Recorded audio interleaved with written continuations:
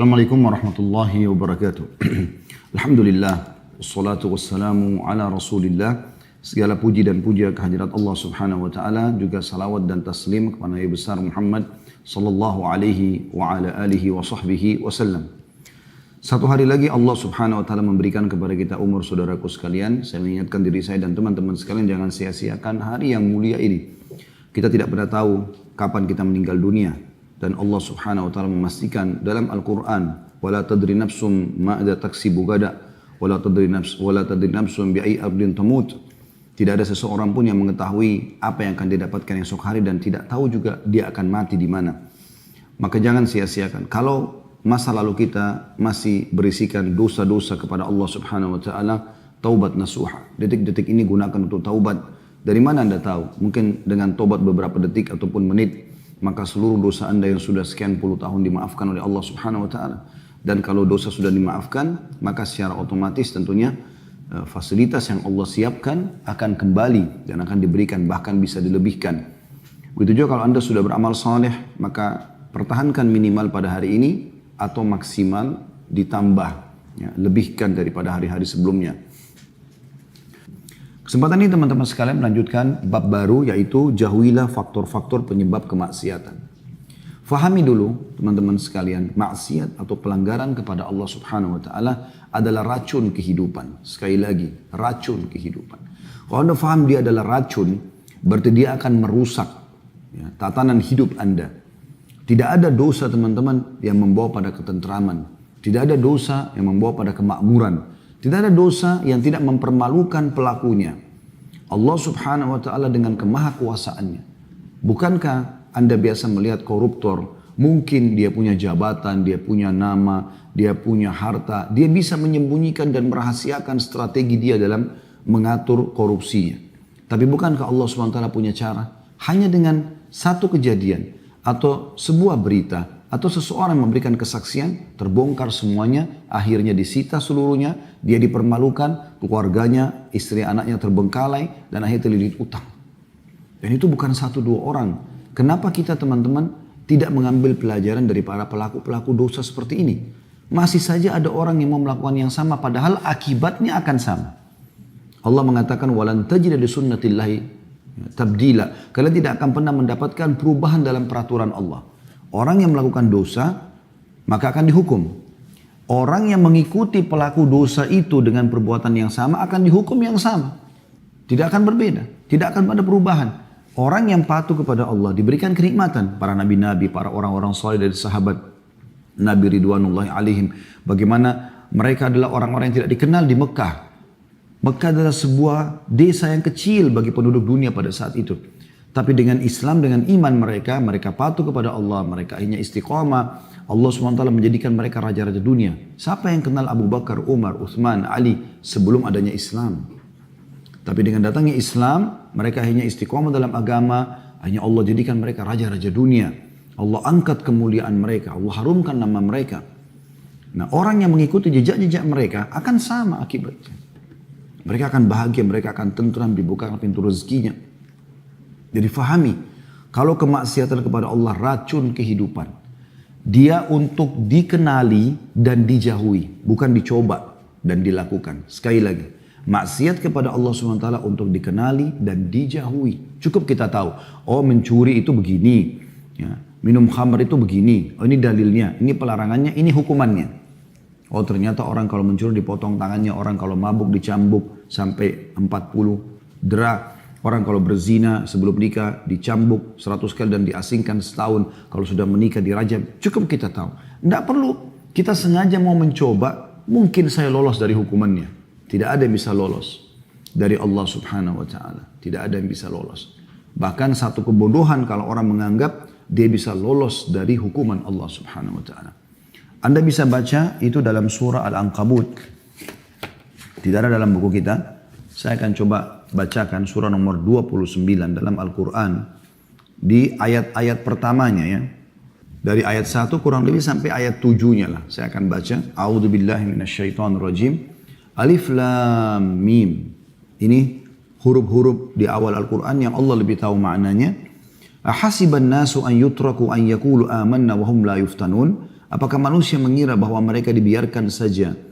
Mereka mengatakan kami beriman sementara mereka tidak diuji. Jujur gak dalam imannya itu?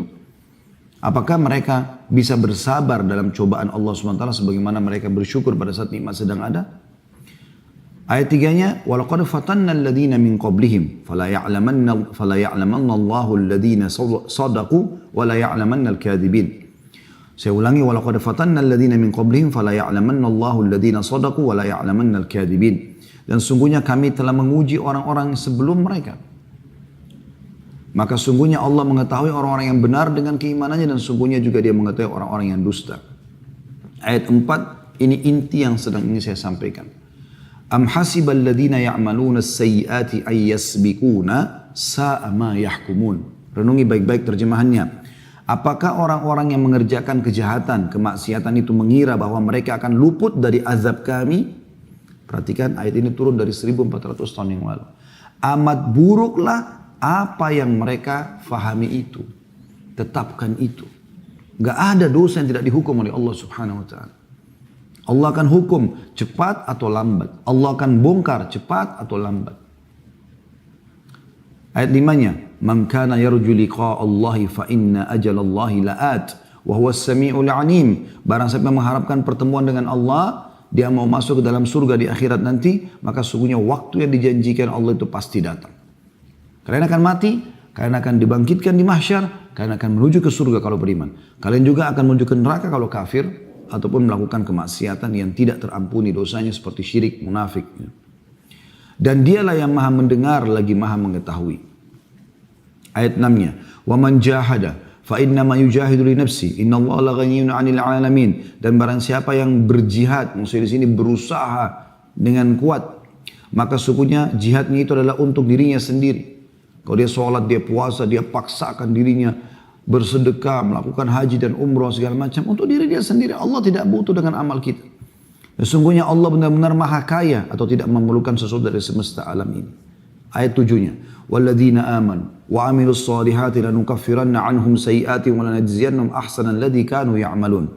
Dan orang-orang yang beriman dan beramal soleh, beriman diikuti dengan patuh mengerjakan ketaatan setelah itu.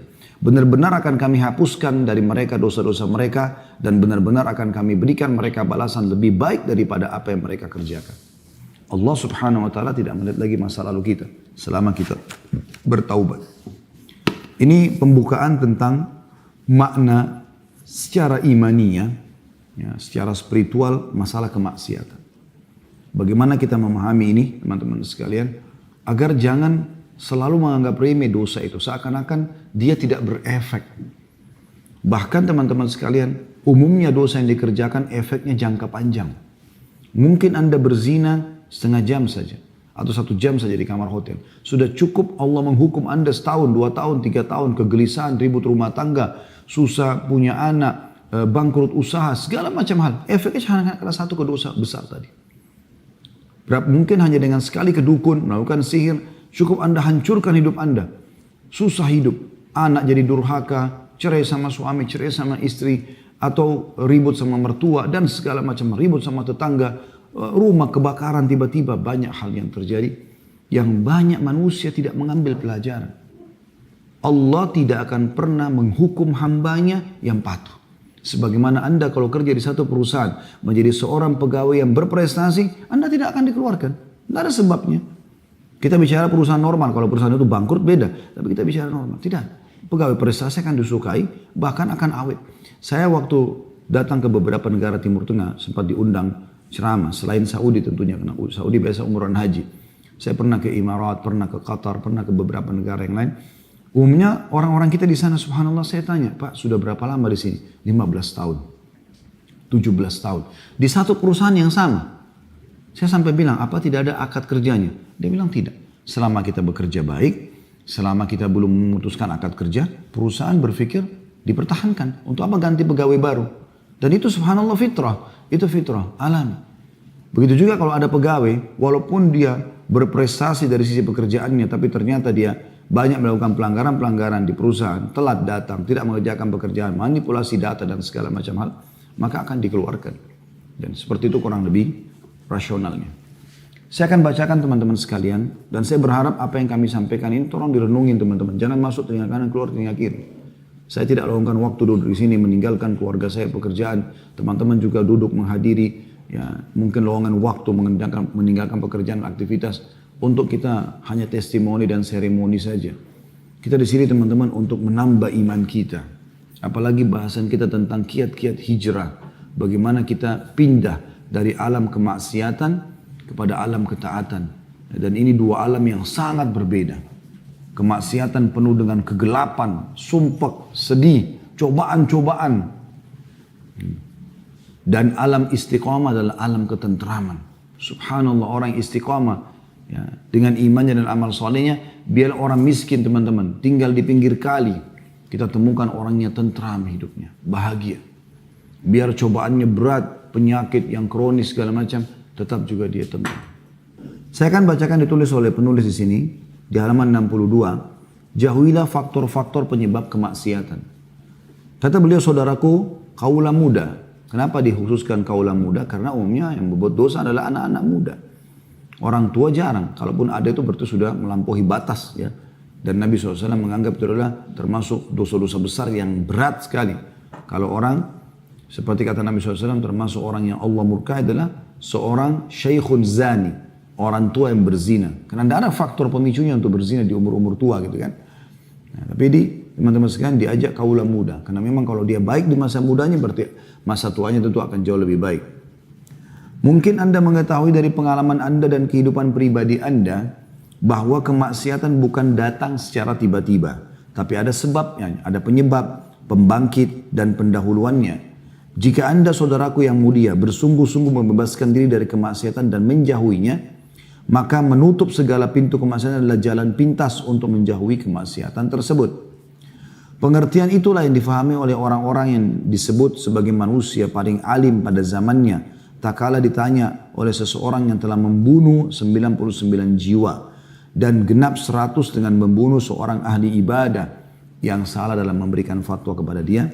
Orang alim itu berkata kepada pemuda tersebut, "Na'am, wa may yahulu bainaka wa bainat taubah, intaliq ila ardi kada wa kada, fa inna biha nasan ya'buduna Allah, fa'budillaha ma'ahum, wa la tarji ila ardika, fa innaha ardu su'in." Atau ardu say'in dikatakan sini. Lebih tepatnya sebenarnya ardu su'in ya. Baik, yang artinya, jadi sebenarnya sebelum saya baca artinya hadis ini panjang ya, bagaimana ada seseorang yang membunuh 99 jiwa. Hadis yang masyhur dalam riwayat Imam Bukhari dan Muslim ya. Imam Bukhari riwayatkan nomor 3470, Imam Muslim nomor 2766. Jadi orang ini membunuh 99 jiwa lalu dia gelisah. Dia ingin taubat, ingin kembali kepada Allah SWT. Dia datangi seorang yang abid ahli ibadah tapi nggak punya ilmu agama. Dia tanya, dia mengatakan saya sudah membunuh 99 jiwa. Apakah masih ada taubat buat saya? Kata orang tersebut, tidak ada. Tidak mungkin. Kau sudah bunuh 99 orang. Maka dia pun karena putus asa, dia membunuh orang itu digenapkan 100. Lalu terus saja dia jalan sampai menemui seorang yang alim. Orang yang punya ilmu agama benar. Lalu dia mengatakan, saya sudah membunuh 100 jiwa. Apakah ada pintu tobat buat saya? Maka orang alim itu mengatakan, ya, ini hadisnya. Saya baca terjemahannya. Kamu masih bisa bertaubat. Memang siapa yang dapat menghalangimu untuk bertaubat? Pergilah ke negeri yang ini dan itu. Atau demikian dan demikian. Maksudnya ditunjuklah satu negeri oleh orang alim tersebut. Karena di sana ada orang-orang yang menyembah Allah. Di sana ada orang-orang saleh. Maka sembahlah Allah, patuhlah kepadanya. Sembah artinya patuh, tunduk. Ya. Mengerjakan, diperintahkan, meninggalkan yang dilarang. Sembahlah Allah bersama mereka. Dan janganlah kembali ke negerimu. Karena negerimu adalah negeri yang buruk. Kata beliau, orang alim ini benar-benar seorang yang berilmu dan pemberi fatwa yang sesungguhnya. Dia tidak hanya memberitahukan bahwa dia bisa bertaubat, tapi dia juga menunjukkan kepada jalan yang mengantarkan ke sana atau taubat. Orang alim ini mengetahui bahwa sekiranya orang tersebut tetap berada di negeri atau kampung halamannya, maka dia akan kembali melakukan kemaksiatan. Dia tidak mungkin terbebas dari kemaksiatan melainkan apabila dia meninggalkan negerinya dan menjauhi kemaksiatan tersebut. Kita ambil sebuah mutiara penting di sini, mutiara yang sangat mahal teman-teman sekalian. Kalau Anda mau taubat nasuha, Anda nggak boleh setengah-setengah. Bahasa saya sering juga tentang masalah hijrah. Kalau mau hijrah menjadi orang baik jangan setengah-setengah. 100%. Sekaligus menjadi orang baik. Jangan Anda mulai hijrah, performan bajunya sudah mulai lebih syar'i, penampilan lebih syar'i, sudah mulai menghadiri beberapa majelis ilmu, tapi ternyata ya, dianya masih membuka pintu-pintu pergaulan sama teman-teman yang ahli maksiat, masih tinggal di komunitas yang mayoritasnya adalah ahli maksiat yang dia bisa lihat setiap hari, jauh dari masjid, tempat ibadah misalnya. Maka ini sangat mengganggu dia. Ini berarti masih setengah-setengah. Yang paling tepat pada saat mau hijrah, memang hijrah diri kita dari perbuatan-perbuatan yang kita lakukan dan hijrah juga komunitas kita. Yang betul-betul kita tinggalkan semuanya. Supaya semua itu bisa berubah. Kita terbawa dengan lingkungan yang baru, suasana yang baru. Saya pada saat ditanya tentang kiat istiqomah yang kami sampaikan adalah menuntut ilmu, mengamalkan ilmu itu dan bentuk komunitas. Harus komunitas kita. Ingat sabda Nabi SAW, Al-mar'u ala dini khalili. Seseorang selalu terpengaruh oleh agama sahabatnya, lingkungannya. Falyandur ahadukum ila man yukhalil. Maka kalian harus jeli melihat siapa yang kalian jadikan sebagai teman kalian, lingkungan kalian tinggal. Saya pernah diundang di salah satu komplek perumahan dulu, subhanallah, sangat mewah di Jakarta Pusat. Ya. Pengajian di rumah, ini mungkin ceritanya sekitar 10 tahun yang lalu. Pada saat azan, menjelang azan, saya mengatakan, saya mau sholat gitu. Terus tiba-tiba yang punya rumah mengatakan, kita sholat di sini Ustaz. Saya bilang, saya biasa sholat di masjid. Lalu jawabannya dia saya masih ingat. Dia mengatakan, di sini nggak ada masjid Ustaz. Masjidnya sangat jauh, harus keluar. Jauh dari sini. Jadi saya heran, komplek perumahan. Mungkin dalam komplek itu tidak kurang dari 100 rumah atau lebih. Mayoritasnya muslim, tidak ada masjid. Lalu kemudian mau sibuk mengadakan pengajian supaya bisa faham agama. Gak ada tempat ibadahnya Allah subhanahu wa ta'ala. Bagaimana bisa? Sementara kita diikat agar 5 waktu sholat melapor tanda kutip kepada Allah. Absen, sholat itu absen. Hayya ala sholat, ayo mengerjakan sholat. Hayya ala falah, ayo menuju kepada keberuntungan dunia dan akhirat. Kita lapor kepada Allah subhanahu wa ta'ala. Dibersihkan dosa, diangkat derajat dengan kita ke masjid. Setiap langkah diampuni dosa, setiap langkah diangkat derajat, setiap langkah dicatat pahala.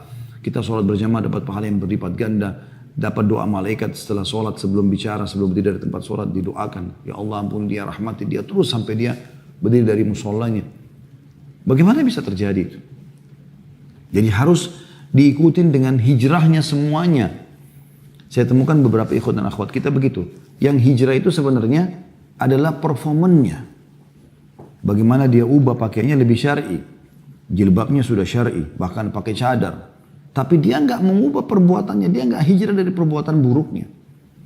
Tetap saja kedukun, tetap saja percaya dengan ramalan, tetap saja menggunakan mantra-mantra dan jimat, tetap saja di rumah bukan lagi menjadi seorang istri yang saleh, penyejuk hati bagi suaminya, tapi sosok orang yang memerintah suaminya, durhaka dengan suaminya, kufur asyirah, tidak lagi mengingat kebaikan-kebaikannya. Yang Nabi SAW mengatakan wanita ahli neraka adalah wanita atau paling banyak wanita masuk neraka karena mereka kufur asyir. Artinya memungkiri kebaikan suami. Sampai kalau suaminya berbuat satu kesalahan maka dia mengatakan saya tidak pernah melihat kebaikanmu sedikit pun. Padahal sudah berbuat satu abad bersama 100 tahun sama dia. Tetap aja dia bisa melupakan dengan itu. Itu ahli neraka dan tidak boleh muslimah yang hijrah seperti ini. Dia harus meninggalkan sifat ini karena sifat ahli neraka. Dia harus setelah hijrah menjadi orang yang betul-betul hijrah perubahan. Sikapnya pun senyum, ramah, merayu suaminya, menghilangkan letihnya, meringankan bebannya. Harus begitu. Seorang ikhwah pun begitu. Tadinya dia biasa mabuk-mabukan, dia biasa narkotika, dia biasa ke diskotik, dia biasa berzina di luar sana sama sembarangan perempuan. Setelah hijrah bukan cuma performannya, bukan hanya jenggot dan pakaian. Dia harus pulang ke rumah dalam kondisi betul-betul. Dia memberikan hak istrinya. Ya. Dia memberikan nafkah dari sumber halal. Dia bercanda dengan istrinya. Dia berikan hak biologisnya. Dia berikan pakaian makanan yang terbaik, lalu dia nikmati yang halal itu.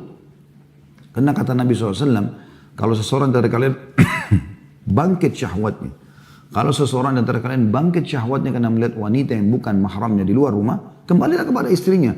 Karena istri memiliki apa yang dimiliki orang-orang tersebut. Artinya sama kemaluannya, tanda kutip di sini. Yang dia kalau lampiaskan, selesai, syahwatnya akan reda. Begitu juga anak pada saat hijrah. Berapa banyak orang yang hijrah, ya, anak-anak performanya berubah, tapi sikap perempuan tidak berubah. Dia setelah tidak isbal pakaiannya sebagai laki-laki, sudah berjenggot, sudah mulai akhwatnya pakai cadar, malah tambah durhaka sama orang tuanya. Dia ingin orang tuanya hijrah tapi kasar. Sementara Allah mengatakan orang tuamu kafir atau beriman sama, wala taqul lahuma uffin. Jangan pernah ucapkan kalimat walaupun orang tua kafir, apalagi orang tua beriman, muslim. Dia sudah nonton sinetron selama 30 tahun, Anda tiba-tiba hijrah dalam 1 minggu ikuti pengajian, tiba-tiba mau matikan TV, ribut sama orang tua, nganggap mereka ahli neraka. Ini dari mana ini? Harus hijrah juga sikapnya. Justru harus lebih santun, lebih baik, dan lihat skala prioritas yang perlu diperbaikin mana. Tuduh orang tuanya orang kafir, ya, kasar dengan mereka, tidak memberikan wajah dan segala macam hal. Begitu juga orang tua yang sudah hijrah kepada anaknya. Selama ini Anda selalu sibuk dengan kegiatan di luar sana. Anak-anak juga butuh waktu untuk diberikan perhatian. Untuk dididik oleh Anda. Selain guru-guru yang mengajarkan mereka. Ajarkan mereka adab-adab. Mereka adalah amal jariah luar biasa. Saya duduk sekarang mengajar sini teman-teman. Orang tua saya panen pahala saya. Semoga Allah ikhlaskan niat kita. Karena saya tumbuh dari ASI ibu saya. Saya bisa jalan juga dengan panduan mungkin beliau. Gitu juga ayah saya dari nafkahnya. Anak-anak adalah amal jariah terbesar. Kata Nabi SAW 7 hal yang akan terus mengalir pahalanya bagi seseorang setelah mati di kuburannya. Salah satunya, ya, selain ilmu yang bermanfaat, selain sumur yang digali, sungai yang dialirkan, juga mushaf yang dibagikan, anak soleh yang mendoakan dia. Buat anak-anak kita, ingat kita. Buat teman-teman kita pada saat keluar rumah anak-anak merindukan kita. Pada saat kita datang mereka sambut ayah gembira. Bukan sebaliknya pada saat kita keluar rumah mereka senyum, mereka gembira karena sosok tanda kutip macan dan orang kasar ini sudah keluar. Dan pada saat kita masuk ke dalam rumah mereka semuanya diam ketakutan seperti orang yang tinggal di sebuah penjara. Harus hijrah semua.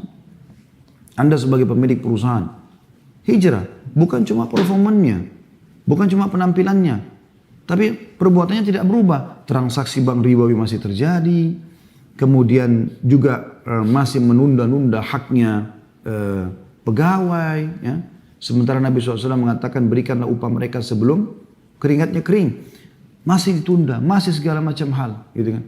Yang uniknya kadang-kadang masih mempekerjakan lawan-lawan jenis yang interaksi langsung sama dia. Misalnya sekretaris perempuan masuk berduaan ke dalam ruangannya dia. Ini jelas-jelas ikhtilat.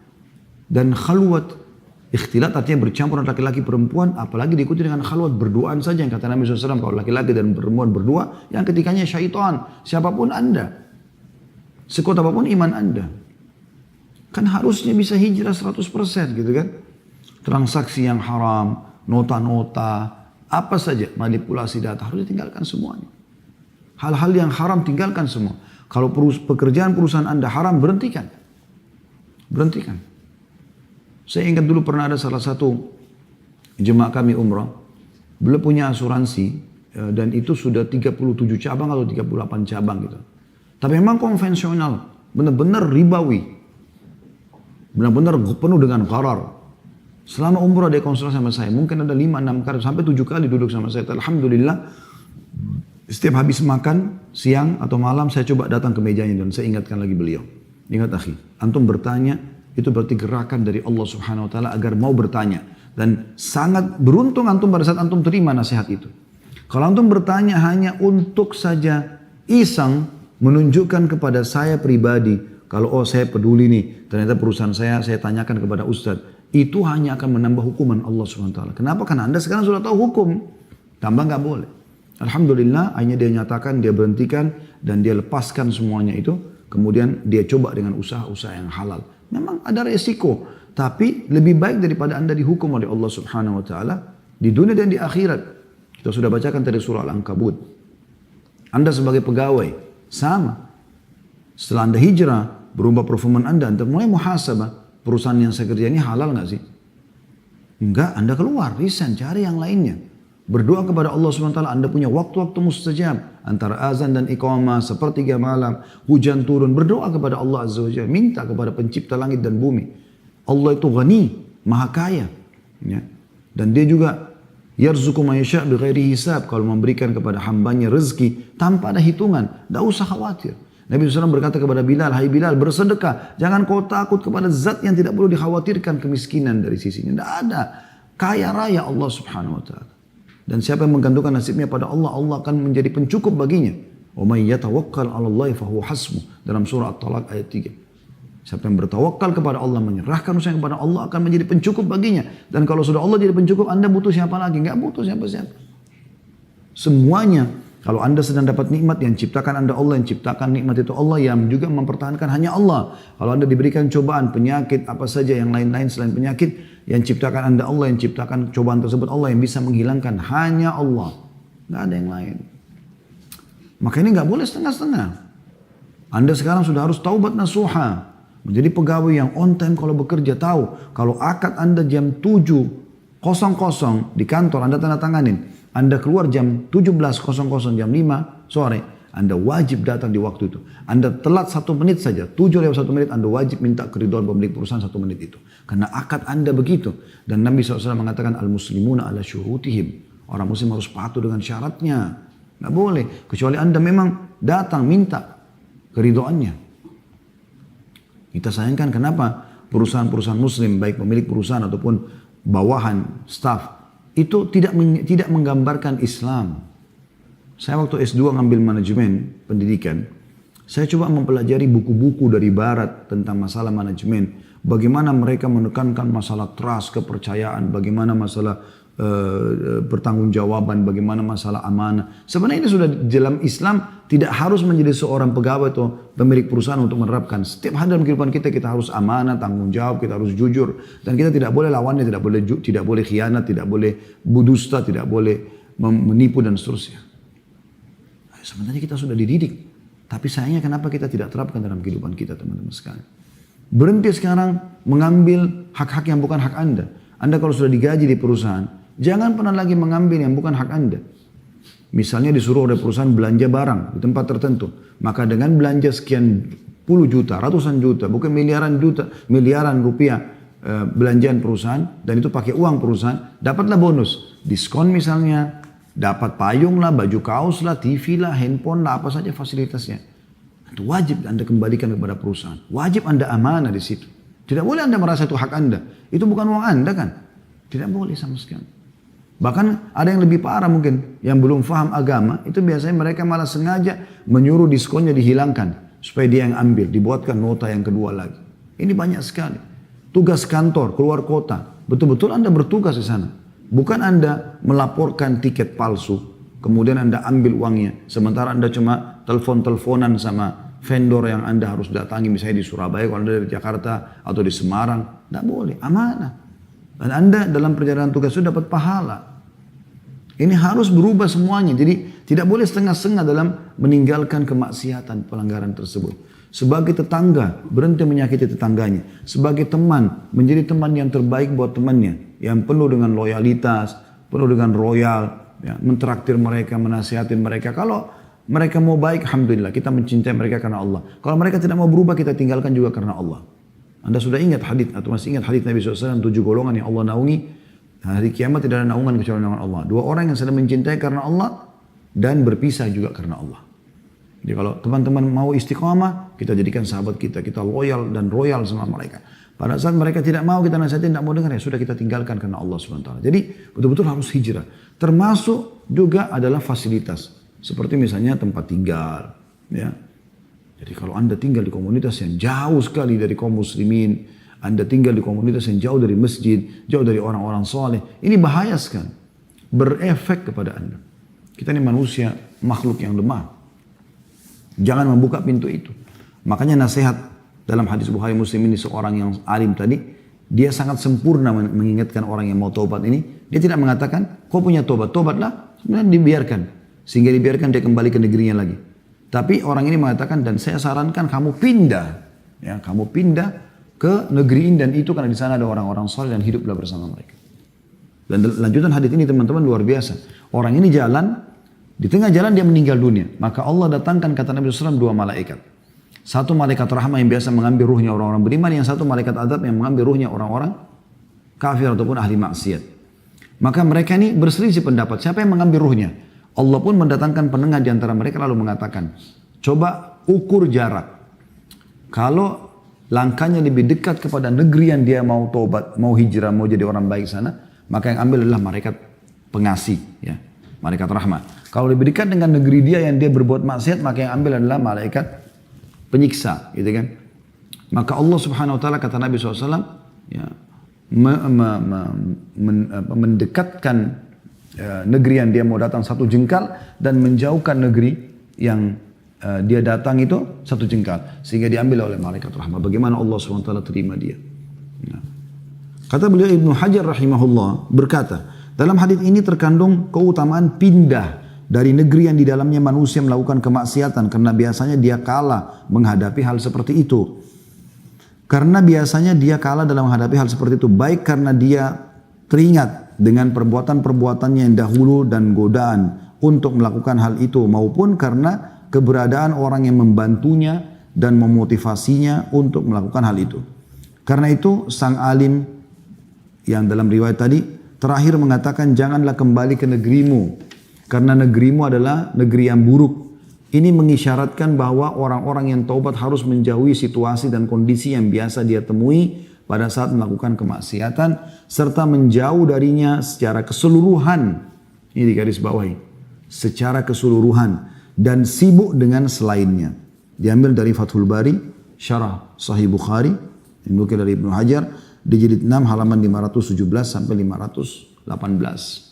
Kata beliau, saudaraku, ketika bertobat, Anda tidak harus meninggalkan negeri Anda. Karena jika tetap Anda lakukan, maka Anda akan selamanya menjadi pengembara, tidak bermukim. Tapi orang yang bersungguh-sungguh, ketika merasa bahwa kemaksiatan senantiasa menggodanya, hendaklah dia berpikir panjang mengenai dirinya dan merenungkan faktor-faktor apakah yang menyebabkan saya terjerumus ke dalam kemaksiatan ini.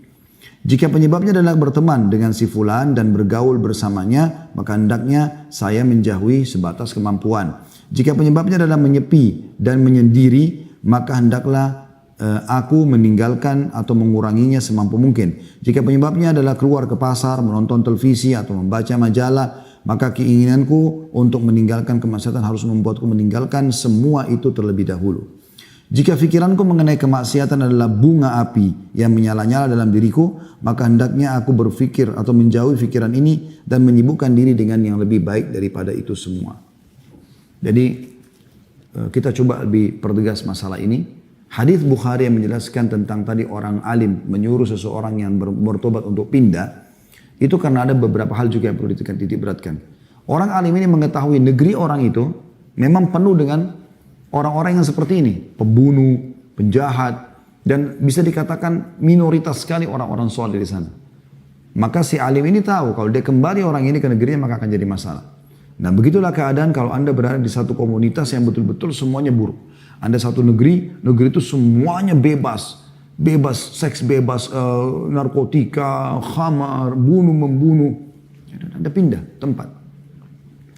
Kalau ternyata bukan seperti itu. Misalnya Anda cuma ada di satu perusahaan secara substansial. Perusahaan itulah yang rusak misalnya. Haram dan segala macam. Produksi rokok lah, khamr lah, apalah segala macam. Maka Anda pindah dari itu dan pindah ke perusahaan yang lain. Kalau Anda berada di satu komplek perumahan, ternyata komplek itu yang Anda ada 10 rumah, 9 rumah semuanya ahli maksiat. Dan mereka terbiasa buat pesta-pesta, mabuk-mabuk di situ dan segala macam. Anda pindah ke komunitas yang lain. Jadi tidak harus meninggalkan negerinya. Kecuali keadaannya seperti tadi. Itu yang dibahasakan oleh penulis di sini ya. Jadi dilihat. Atau kalau misalnya hanya karena komunitas Anda, teman-teman reunian, SMP, SMA ini yang ternyata jadi masalah. Dan saya sudah sering tekankan itu ya. Kalau Anda sekarang masih punya grup-grup WA, dan ternyata Anda reunian di situ. Dan di situ isinya ya, kemaksiatan kepada Allah, keluar saja. Keluar saja, nggak masalah. Kalau Anda di Japri, Anda jawab. Maaf saya nggak bisa ada di situ, tapi saya siap kalau ada apa-apa yang mau ditanyakan kepada saya. Komunikasi secara pribadi saja. Tapi ada di grup, kita lihat foto lawan jenis, apalah cuplikan-cuplikan yang kurang baik, yang mengundang syahwat, terjadi diskusi gibah dalam situ, ya, fitnah orang dan segala macam, atau berbicara yang bukan ahlinya, bicara tentang masalah politik lah, masalah tokoh-tokoh nasional lah yang tidak ada hubungannya sama dia sama sekali, dan sulit dia untuk minta maaf kalau dia menyebutkan tentang kesalahan orang. Maka keluar saja dari situ. Karena itu hanya akan menambah permasalahan dalam hidup Anda. Ingat teman-teman, ini sering saya ingatkan. menuju ke akhirat, bawalah dua hal. Amal soleh dan teman soleh. Amal soleh membantu Anda. Teman soleh juga akan membantu Anda. Kalau amal Anda kurang, syafaat dia akan membantu Anda. Disebutkan dalam sebuah riwayat, nanti akan ada orang dikeluarkan dari neraka. Kemudian ahli neraka pada bertanya, setiap kali orang dikeluarkan dari neraka mereka saksikan. Siapa yang keluarkan orang ini? Apakah ada kerabatnya? Apakah syafaat dari para nabi-nabi? Maka dikatakan kepada mereka bukan. Dia memiliki seorang teman yang soleh, yang masuk surga dan memohon kepada Allah dengan syafaatnya untuk menyelamatkan orang ini. Maka mereka berharap pada saat itu punya sadiqin hamim, kata Allah dalam Al-Quran. Mereka berharap punya teman yang orang-orang baik dulu di dunia yang bisa menyelamatkan mereka. Ya. Jadi harus kita fahami tentang masalah ini teman-teman sekalian. Kemudian jangan bawa dua hal. Jangan bawa dosa dan jangan bawa musuh. Nah ini banyak orang ini sibuk dengan musuh setiap hari. Gunjing orang, gibah orang. Tadi di grup itu membicarakan tentang orang-orang politikus. Bukan alamnya dia. Ibu-ibu lagi goreng tempe bicara masalah politik. Untuk apa gitu? Masalah untuk apa? Manfaatnya apa? Atau mungkin teman-teman di warung kopi bicara masalah politik. Siapa Anda mau bicara masalah itu? Bukan alam Anda. Melahirkan permasalahan. Kalau itu memang ada pada mereka aibnya, maka ghibah namanya. Sudah dosa besar. Kalau tidak ada pada mereka, maka fitnah namanya. Dan kita tugasnya selain kalau tobat, harus minta maaf kepada orang yang sudah kita zalim tersebut. Makanya Urwah bin Zubair rahimahullah pernah menasihati seorang anak muda yang mencaci maki Hajjaj. Hajjaj ini seseorang yang zalim betul di masanya dia. Ya, Perdana Menteri Khalifah yang membunuh semua orang yang tidak sepaham sama dia, walaupun itu ulama. Dan ulama-ulama yang Rabbani yang luar biasa. Yang terakhir dia muncul adalah Sa'id bin Jubair rahimahullah, seorang ulama tabi'in yang masyhur. Yang jelas dicaci maki, maka Urwah bin Zubair rahimahullah, ini anaknya Zubair bin Awam, sahabat Nabi yang mulia, salah satu dari 10 yang dijamin masuk surga ya. Memegang tangannya sambil mengatakan, wahai anak saudaraku. Orang Arab kalau menghormati orang mengatakan, wahai anak saudaraku, maksudnya ayahmu pun saudaraku dalam Islam. Berhentilah kau membicarakan tentang Hajjaj. Karena kau dan Hajjaj sedang bersama-sama menuju kepada Tuhanmu. Semua akan menuju kepada hisab Allah hari kiamat. Dan ketahuilah, siapapun yang dizalimi oleh Hajjaj, pasti Allah akan memberikan hak mereka dari Hajjaj. Akan diambil pahala-pahala dikasih ke orang-orang ini. Kalau tidak cukup pahala Hajjaj, akan dikasih dosa-dosa mereka timbang kepada Hajjaj. Tapi jangan lupa, Allah pun akan memberikan kepada Hajjaj hak dari orang yang menzaliminya. Maka mulai sekarang jangan sibuk kau bicarakan aibnya orang lain. Padahal waktu itu Hajjaj seorang pemimpin yang zalim luar biasa. Tapi Urwah bin Zubair dengan keimanannya mengingati. Kau siapa? Kecuali kau bisa datang nasihatin dia secara langsung, lain. Atau kau doakan paling tidak. Tapi kau membicarakan menukil aib orang, artis fulan, tokoh fulan. Bagaimana caranya kita minta maaf? Udah selesai. Kita doakan semoga Allah berikan hidayah supaya kita tidak dihisab oleh Allah hari kiamat. Atau kalau bisa nasihat kita sampai, maka itu yang baik. Selanjutnya kata beliau, saudaraku ketika bertaubat, Anda tidak harus meninggalkan negeri Anda, saya ulangi tadi ya, karena jika Anda tetap, maaf ini sudah cukup panjang di atas, saya langsung sambungkan saja. Kata beliau, saudaraku yang mulia, dalam jiwa ini terdapat faktor-faktor yang mengajak kepada kemaksiatan dan syahwat yang senantiasa dilewati oleh saat-saat lalai, lemah, dan putus semangat. Jika Anda tidak menahan diri Anda dan menjauhkannya dari tempat-tempat kemaksiatan, maka nyaris ia akan mengalahkan Anda. Jadi ada memang saat-saatnya. Dosa itu teman-teman terjadi di saat kita lemah. Dan di saat kita lalai. Kayak lagi santai ya. Kapan Anda duduk banyak nonton TV? Di saat Anda longlok kan. Coba kalau Anda lagi sibuk. Maka Anda tidak ada waktu kadang-kadang untuk. Mungkin seharian bahkan ada orang seminggu. Karena padatnya kerjanya dia nggak bisa lihat handphonenya. Ya. Tidak sempat nonton YouTube. Tidak sempat mengikuti Instagram segala macam. Orang banyak maksudnya ini di waktu-waktu lowong. Kata beliau, tahukah Anda, seandainya seseorang memegang tali kendali hewan tunggangannya, padahal hewan tersebut melihat padang rumput di hadapannya, bukankah hewan tersebut akan menariknya ke sana? Bahkan mungkin akan mengalahkan dirinya. Sekiranya dia menjauhkannya, maka tentu itu lebih selamat baginya. Jadi artinya memang dia berusaha untuk menjauhi semua ya, faktor-faktor yang mengajak kepada kemaksiatan. Karena itu Rasulullah SAW berwasiat kepada para sahabat beliau ridwanullahi alaihim agar menjauhi pintu-pintu dan jalan-jalan kemaksiatan. Beliau bersabda kepada mereka, "Iyyakum wal julusa fit turuqat, Faqalu ya Rasulullah, ma lana min majalisina buddun natahaddatsu fiha. Faqala idh abaitum illa al-majlisa fa'atu at-tariqa haqqahu. Qalu wa ma haqqu at-tariqi ya Rasulullah? Qala ghaddul basari wa kafful adha wa raddus salam wal amru bil ma'ruf wan nahyu 'anil munkar. Janganlah kalian duduk-duduk di jalanan, nongkrong-nongkrong. Mereka bertanya para sahabat, wahai Rasulullah, kami nggak bisa meninggalkan duduk-duduk kami itu karena di sanalah kami berbincang-bincang. Jadi beberapa sahabat punya tempat-tempat sering duduk atau mereka kalau pulang dari masjid pinggir di jalan ngobrol-ngobrol dulu baru mereka pulang gitu. Maka kata Nabi SAW, jika kalian enggan dan tetap ingin duduk-duduk, maka berikanlah hak jalan itu. Yang kalian nongkrongin itu ada haknya jalan itu. Mereka bertanya, apa hak jalan itu wahai Rasulullah? Maka kata Nabi SAW menundukkan pandangan, bukan malah jelalatan, turunkan dari hal-hal yang Allah haramkan. Tidak mengganggu, nah, apalagi sampai mengambil pungli dari orang-orang yang lewat, menakut-nakutin mereka, menjawab salam kalau ada yang mengucapkan salam, dan amr ma'ruf juga nahi mungkar, menyuruh kepada kebaikan dan melarang dari kemungkaran. Diriwayatkan oleh Bukhari nomor 6229 dan Muslim 2121. Dan dari hadis ini lebih baik seseorang menjauhi duduk di pinggir-pinggir jalan ya. Tapi kalaupun harus ada hak yang harus dia berikan. Kata beliau, maka renungkanlah, semoga Allah merahmatimu, karena duduk-duduk di jalanan dapat menyebabkan terjadinya perselisihan terhadap syariat dan kemaksiatan. Maka terlebih dahulu Rasulullah SAW melarang mereka duduk-duduk di jalan. Rasulullah SAW memperingatkan bahwa alasan pelarangan itu adalah mengarahkan pandangan pada apa yang diharamkan oleh Allah. Walaupun hak jalanan adalah menurunkan pandangan, tapi anda sudah juga setiap saat turunkan pandangan mata, apalagi kalau lagi rame gitu kan.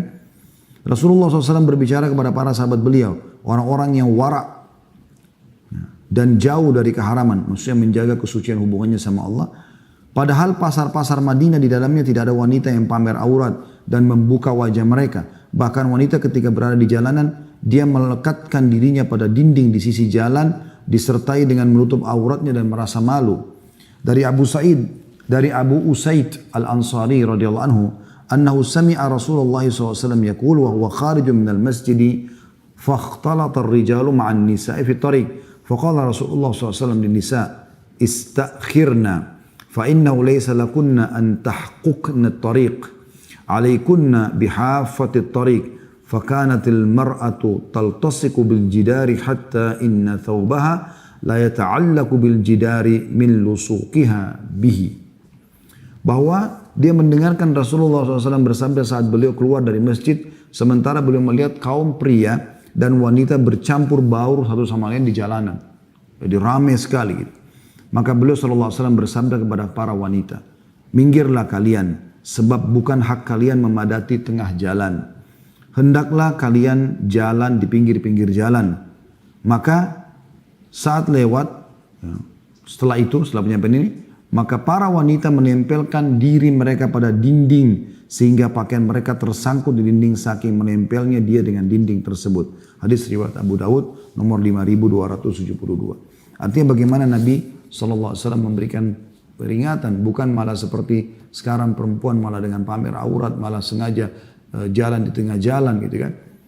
Nabi SAW memerintahkan mereka kalaupun harus keluar, mereka di pinggir jalan sampai mendekati dinding-dinding rumah supaya mereka justru tidak menjadi fitnah bagi kaum laki-laki.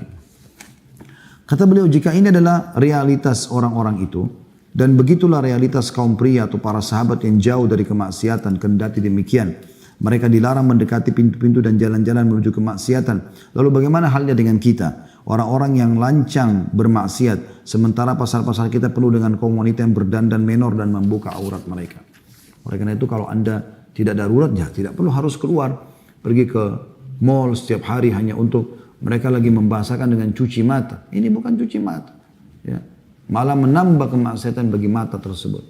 Perlu juga satu poin saya titik beratkan teman-teman. Allah Azza wa Jal akan menjaga ya, fasilitas yang Allah kasih ini, dari mata yang melihat, telinga mendengar, lisan yang mengucap, hidung yang menghirup, ya, tangan yang menjamah, kaki yang melangkah, lalu fungsi organ tubuh yang lain termasuk kemaluan segala macam. Allah akan jaga itu selama anda tidak gunakan untuk maksiat. Itu sudah fakta teman-teman sekalian. Dan tidak akan berubah masalah itu.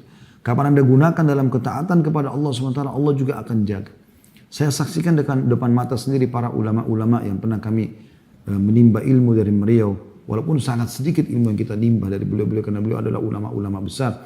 Di Masjid Nabawi, beberapa majelis yang saya hadiri, subhanallah, kalau kita dengar, tidak melihat orangnya, kita akan mengatakan orang ini umurnya antara 25 sampai 30 tahun, kena lantangnya suaranya. Begitu kita mendekat melihat teman-teman, jenggotnya sudah putih semuanya. Bahkan ada yang didorong pakai kursi roda, karena sudah sangat tua. Suaranya lantang, matanya terang.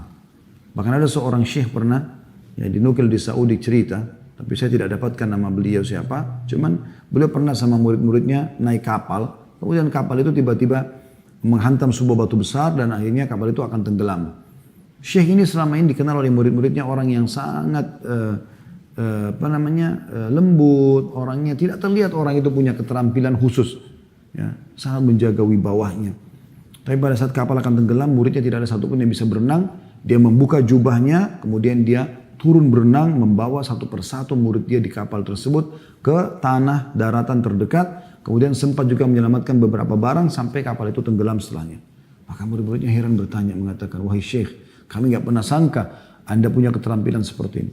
Maka dia mengucapkan kata-kata yang kita ambil jadi pelajaran kita. Dia mengatakan, wahai murid-muridku, selama anggota tubuhmu kamu jaga dari kemaksiatan kepada Allah, maka Allah juga akan menjaga kualitasnya. Allah akan jaga itu.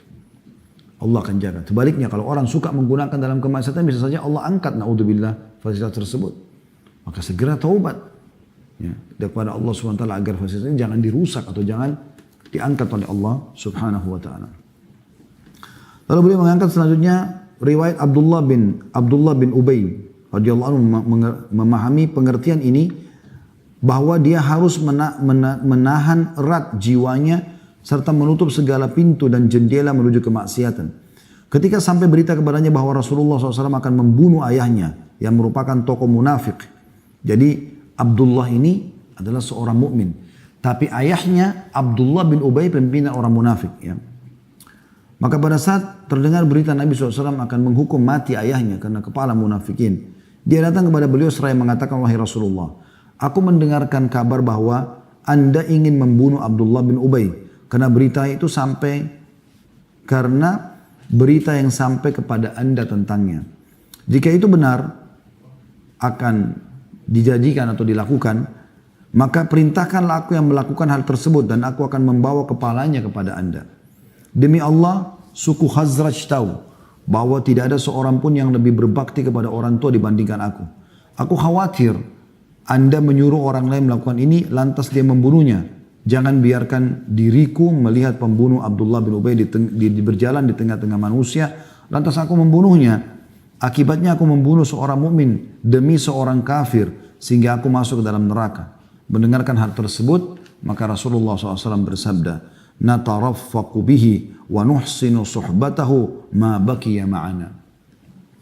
Kami akan bersikap lemah lembut kepadanya dan memperlakukannya dengan baik selama dia tetap bersama kami.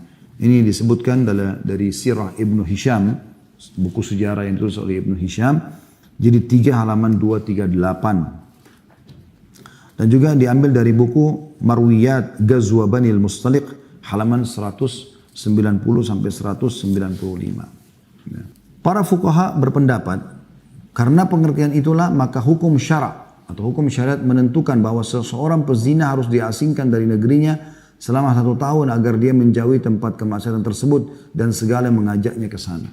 Jadi sebab kenapa pezina yang belum menikah disuruh dia untuk atau diasingkan setahun selain cambuk 100 kali, itu agar dia jauh dari komunitasnya, agar dia jauh dari komunitasnya. Dari kisah juga Abdullah bin Ubay ini kita bisa lihat, subhanallah, tidak selamanya anak itu mengikuti orang tuanya dalam keburukan. Karena banyak juga orang tuanya kafir, anaknya mukmin. Orang tuanya fasik, tapi anaknya hafal Quran. Bahkan menjadi ulama. Banyak terjadi. Di antaranya seperti Abdullah.